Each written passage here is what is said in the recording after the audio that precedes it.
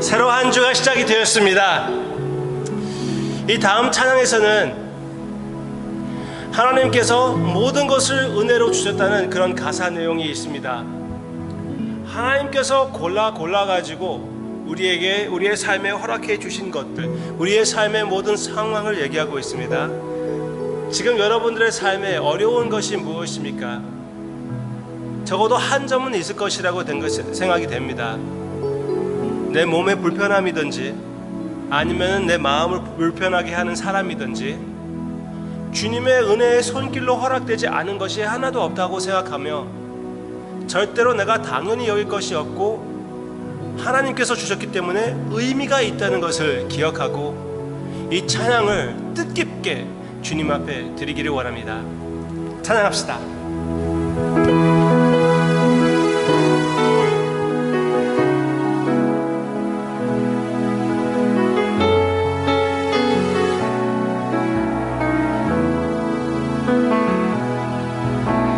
모든 것이 주님의 은혜라며 내 삶에 당연한 것은 하나 없네.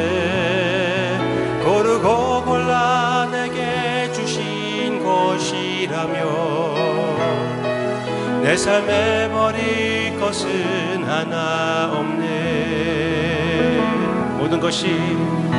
모든 것이 주님의 은혜라며 내 삶에 당연한 것은 하나 없네. 고르고 골라 내게 주신 것이라며 내 삶에 버릴 것은 하나 없네. 메마른 땅에서도 날 만족게 하시며 나로 물이 끊이지 않는 샘 만드실 주님. 아멘. 나의 피곤한 무릎 일으켜 주시며 지금도 나를 인도하시네. 모든 것이 주님의 은혜라며 내 삶에 당연한 것은 하나 없네. 고르고 골라 내게 주신 것이며 내 삶에 버릴 것은 하나 없네. 내 삶에 버릴 것은 하나 없네. 내 삶에 버릴 것은 하나 없네. 아바 아버지, 내 삶에 버릴 것이 있다고 우리는 느껴집니다. 그렇지만 이 질병도 나의 마음을 괴롭히는 사람도 이해할 수 없는 이 상황도 COVID-19도 주님께서 고르고 골라가지고 필요한 것을 허락해 주셨다는, 물론 나의 마음의 괴로움을 그대로 주님 앞에 표현할 필요가 있고 아바 아버지, 사랑하는 성도님의 슬픔을 절대로 무시하는 것이 아닙니다. 주님께서 무시하지 않으시지 않습니까? 함께 눈물을 흘리시는 주님. 그렇지만 그 가운데에서도, 그 슬픔 가운데서도 주님께서 허락하셨기에 주님의 뜻이 있는 것이고 그런 상황에서도 감사할 여유를 체험할 수 있는 기회라는 것, 우리가 기억하고 주님의 말씀을 묵상할 때 우리에게 그렇게 뜻깊은 굵은 위로를 허락해 주시옵소서. 예수님의 이름으로 간절히 기도합니다. 아멘.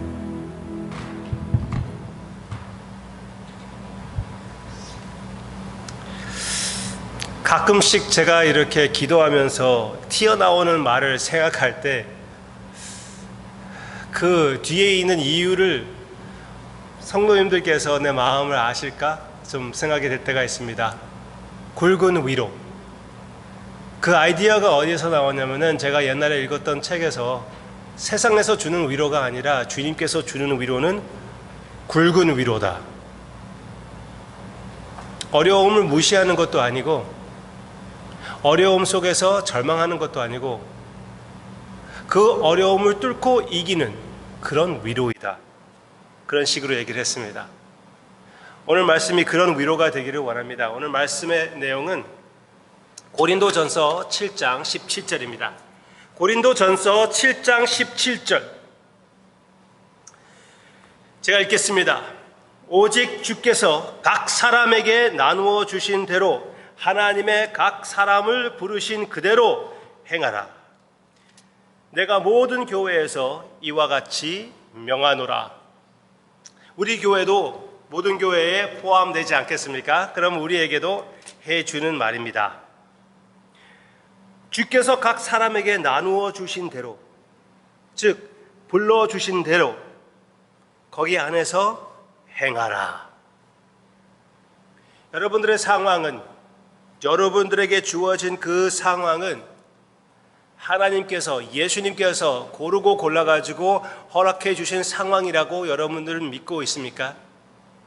우리가 그렇게 믿고 있다면은 나를 사랑하시되 끝까지 사랑해 주시고 피땀을 흘려가 주시면서, 아니 모든 피를 흘려 주시면서 나를 위하여 목숨을 바쳐 주시고 부활하심으로 인하여 성령님을 보내주셔서 나의 삶에 살아 계신 주님께서 나에게 허락하신 남편, 아내, 자녀, 부모, 어려운 사람, 어려운 상황이라고 생각한다면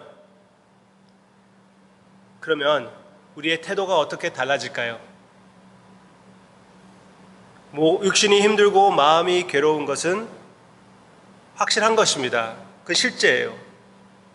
그렇지만 그 괴로움과 마음의 아픔을 우리가 당했을 때 어떻게 감당을 할까요?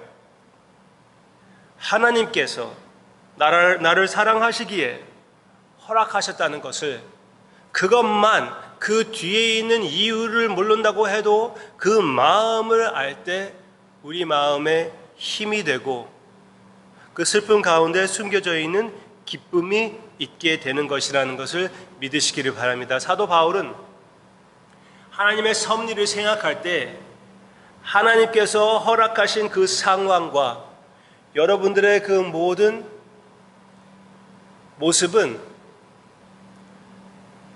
부르심이라고 얘기를 했습니다. 부르심. 하나님께서 그곳으로 불러주셨다는 것입니다. 그 뜻은 하나님께서 다른 곳으로 불러주실 때까지 거기에 있는 것입니다. 너무나 쉽게 나의 상황을 바꿔야지 그렇게 쉽게 생각할 것이 아니라는 것입니다. 내가 누구와 결혼을 했습니다. 그렇지만 더 나은 옵션이 있을 것 같아요. 아니, 이혼하는 것이 더 하나님께 영광을 돌릴 수 있는 그런 기회가, 상황이 될 것 같아요. 죄를 짓고 하나님 앞에 용서를 구하면 되지. 별 생각이 다 날 수가 있습니다. 물론 상황이 어려울수록 별 생각이 다 날 수가 있죠. 그렇지만 사도 바울이 얘기해 주는 것은 그게 어려운 결혼이든지 다른 어려운 사람이든지 내가 지금 나의 몸에 내가 원치 않게도 병이 있는 것인지 그런 것들을 다 너무나 쉽게 생각하지 말고 하나님의 섭리 안에서 피 묻은 손으로 허락하셨다는 것을 기억하시고 그 가운데 내가 어떻게 이것을 사용하여 하나님께 영광을 돌릴 수가 있을까? 그것을 연구하고 기도하고 기대하는 것이 올바른 태도라고 사도 바울이 거기의 교회에게 또 이 교회에게 말을 한다고 얘기해 주고 있습니다. 여러분들의 상황은 어떻습니까? 여러분들의 상황 속에 주님의 피 묻은 손이 보입니까? 그 주님의 피 묻은 손을 바라보시고 여러분들의 마음에 그 위로, 평화, 힘, 기쁨이 찾아오기를 주님의 이름으로 축원합니다. 제가 신방하면서 방문할 때 가장 곤란한 그런 질문이 있을 때가 있습니다. 특별히 제가 옛날에는 양로병원에 많이 다녔습니다. 양로병원에 가면은 어르신들께서 저에게 물어보는 질문이 있습니다. 특별한 대답을 원하시기 때문에 물어보는 것이 아니라 몸과 마음이 그냥 너무나 괴로워서 물어봅니다. 목사님, 하나님께서 왜 나를 여기에 놔두신 것인지 모르겠습니다. 하나님께서 나를 잊어버린 것이 아닐까요? 심지어 그렇게까지 얘기를 하십니다. 저는 혹 여러분들 가운데 이러한 COVID-19 상황 가운데에 특별히 하나님께서 보시지 않고 계신다는 것을 느끼던가, 나를 잊어버렸던가, 하나님의 약속이 어디에 가 있는지 여러 가지로 여러분들이 공격을 받고 있다면은 지금 이 시간, 이 순간 하나님의 음성을 받아들이기를 바랍니다. 하나님께서 불러주신 곳입니다. 분명히 거기에 하나님의 뜻이 있습니다. 그 상황을 사용하여 하나님께 영광을 돌리시기를 바랍니다. 적어도 3가지 여러분들 상황에 하나님의 음성이 있습니다. 3가지. 첫째, 여러분들의 고난을 통하여 예수님의 고난에 참여할 기회입니다. 기억하시기를 바랍니다. 아무도 보지 않고 있다고 해도 여러분들의 그 고난을 주님께서 보고 계시고, 여러분들이 이미 하나님께 헌신한 마음과 몸과 삶이기 때문에 여러분들의 고난은 분명히 예수님의 고난에 참여하는 것입니다. 여러분들이 저한테 이렇게 말할 수가 있습니다. 나는 이 고난은 내가 이 하나님을 섬기다가 이렇게 핍박으로 인하여 고난을 받는 것이 아닙니다. 그래도 이렇게 사명감이 있는 것입니까? 분명히 있는 것입니다. 아니 목사님, 내가 죄로 인하여 이런 고통을 당하고 있는 것입니다. 네. 그러면서도 지금 여러분들의 상황에서 하나님께 헌신하셨습니까? 당신은 예수님의 것입니까? 그렇다면 여러분들의 삶에 하나님의 사명이 있다는 것을 기억하시기를 바랍니다. 그 중에 하나가 예수님의 고난에 참여하는 것입니다. 사도 바울도 지적적인 핍박으로 인하여 육신의 질병을 얘기하는 것보다, 우리가 잘 확실히 알 수는 없지만 저는 눈병으로 알고 있습니다. 그 눈병 대에서도 하나님을 위하여 감당하고 있는 육신의 가시라고 사도 바울은 그렇게 얘기를 했습니다. 그렇다면은 사도 바울은 예수 그리스도의 남은 고통을 자기의 몸에 충분히 채운다고 했는데, 여러분들에게도 그런 기회라고 생각하고 나를 위하여 이런 고난을 감당하신 주님을 바라보고 이 고난이 순간적인 고난이 되게끔 예수님께서 나의 완전한 죄의 대가를 십자가에서 감당하신 우리 주님을 바라보기를 바랍니다. 그리고 또 한 가지, 넘버 2, 생명보다 고통보다 귀하신 주님, 고통을 감당하게 해주시고 승리를 허락해 주신 주님, 예수님께서 세상에서는 환난이 있을 것이라고 약속하셨고 그 환난을 주님께서 승리하셨기 때문에 우리에게도 승리를 주신다고 약속하신 것, 그 약속이 진리라는 그 선포를 할 수 있는 기회라는 그 사실을 마음속 깊이 간직하시기를 바랍니다. 여러분들의 그 질병이, 여러분들의 그 외로움이 그렇게 예수님의 능력과 평화가 함께 하심이 그 모든 것을 감당하기에는 충분하다라는 것을 선포할 수가 있는 것입니다. 3번째, 그런 곳에서 그런 고통을 당하시는 분들에게 이렇게 말하고 싶어요. 지금 성도님은 저에게 성도님을 섬길 기회를 주신다는 것을 기억하시기를 바랍니다. 그렇게 말씀드리고 싶습니다. 여러분을 지금 섬기는 분들이 계시지 않습니까? 여러분들의 몸이 불편함으로 인하여 아니면 혼자 있음으로 인하여 많은 사람들에게 피해를 준다고 생각이 되고 있습니까? 민폐를 끼친다까지 말씀하셨습니까? 아니요. 하나님의 은혜로 그들을 통하여 여러분들에게 흐른 그 은혜, 그들에게 축복의 통로가 되는 기회를 주는 도구가 되었다는 것을 기억합시다. 분명히 하나님의 뜻이 있어요. 하나님의 사명이 있습니다. 기억하시고 위로를 받으시고 힘을 내시고 주님의 기쁨에 참여하는, 나의 모든 내 자신을 너무나 많이 생각하고 내 질병으로 인하여, 나의 상황으로 인하여 마음이 흔들렸던 것을 주님 앞에 회개하고 주님으로부터 하여금 영원한 평화를 받아들이고 새로운 기쁨을 얻어서 십자가의 승리가 여러분들의 삶의 간증이 되시기를 주님의 이름으로 축원합니다. 여러분들의 삶에 사명이 있습니다. 그 부르심 안에서 주님께 영광을 돌립시다. 찬양합시다.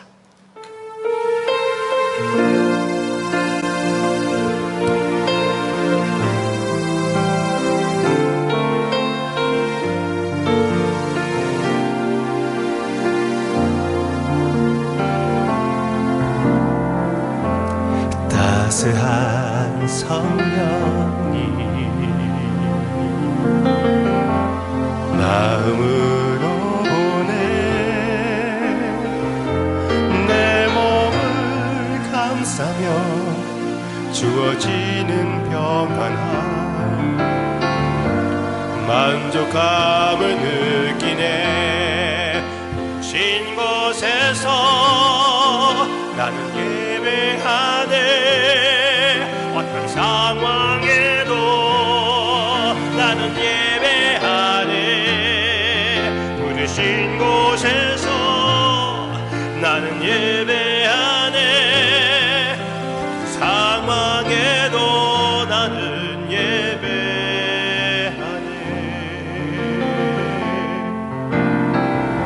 사랑과 진리 한 줄기 빛 보내 내 몸을 감싸며 주어지는 평안함 그 사랑을 느끼네. 부르신 곳에서 나는 예배하네. 어떤 상황에도 나는 예배하네. 부르신 곳에서 나는 예배하네. 어떤 상황에도 나는 예배. 아멘. 여러분들의 간증이 되시기를 바랍니다. 내가 걸어갈 때 길이 되고 살아갈 때 삶이 되는 그곳에서 예배하네. 내가 걸어갈 때 길이 되고 살아갈 때 삶이 되는 그곳에서 예배하네. 부르신 곳에서 나는 예배하네. 어떤 상황에도 나는 예배하네. 부르신 곳에서 나는 예배하네. 어떤 상황에도 나는 예배. 내가 걸어갈 때 길이 되고 내가 걸어갈 때 길이 되고 살아갈 때 삶이 되는 그곳에서 예배하네. 내가 걸어갈 때 길이 되고 살아갈 때 삶이 되는 그곳에서 예배하네. 부르신 곳에서 나는 예배하네. 어떤 상황에도 나는 예배하네. 부르신 곳에서 나는 예배하네. 어떤 상황에도 나는 예배하네.